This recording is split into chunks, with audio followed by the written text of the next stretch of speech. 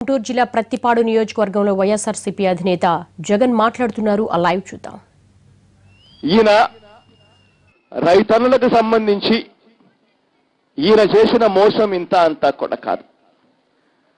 రైతన్నలకు ఈయన రుణమాఫీ చేయకపోవడం మోసమైతే ఈయన చేసిన అన్యాయం ఏమిటో తెలుసా? అన్యాయం గత ప్రభుత్వాలన్నీ రైతన్నలందరికీ కూడా వడ్డీ లేకుండా బ్యాంకుల ద్వారా రుణాలు ఇప్పించేటివి.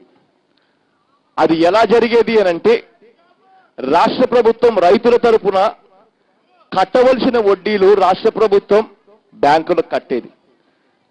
రైతుల తరపున వడ్డీలు రాష్ట్ర ప్రభుత్వం బ్యాంకులకు కడతా ఉంటప్పుడు ఆ వడ్డీలు రాష్ట్ర ప్రభుత్వం కడతా ఉంది కాబట్టి బ్యాంకులు రైతన్నలకు వడ్డీ లేకుండా గతంలో ఇచ్చేటివి. 1,00,000 రూపాయల రుణాల వరకు కూడా రైతన్నలకు పూర్తిగా వడ్డీ లేకుండా వచ్చేటివి. 1,00,000 నుంచి 3 లక్షల దాకా రుణాలున్న రైతన్నలకు అందరికీ కూడా పావులా వడ్డీకే రుణాలు వచ్చేటివి.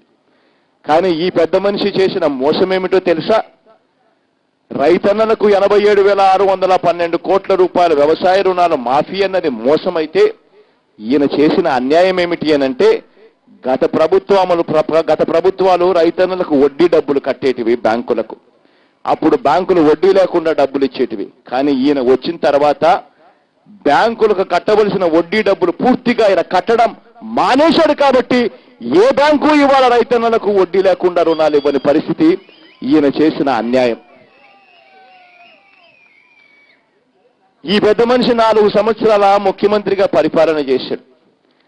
ఈ పెద్ద మనిషి 4 సంవత్సరాల పరిపాలనలో రైతన్నలకు ఎక్కడైనా కూడా గిట్టుబాటు ధర రావాలి అనంటే సహకార రంగంలో ఉన్న పరిశ్రమలు బాగా పనిచేయాలి. ఎప్పుడైతే సహకార రంగంలో ఉన్న చక్కెర ఫ్యాక్టరీలు బాగా పనిచేస్తాయో, ఎప్పుడైతే సహకార రంగంలో ఉన్న డైరీస్ పాల కేంద్రాలు సక్రమంగా పనిచేస్తాయో అప్పుడు రైతన్నల మంచి కోసం అని చెప్పి ఈ సహకార రంగంలో ఉన్న ఈ పరిశ్రమలన్నీ కూడా రైతన్నలకు మంచి రేటు ఇస్తాయి.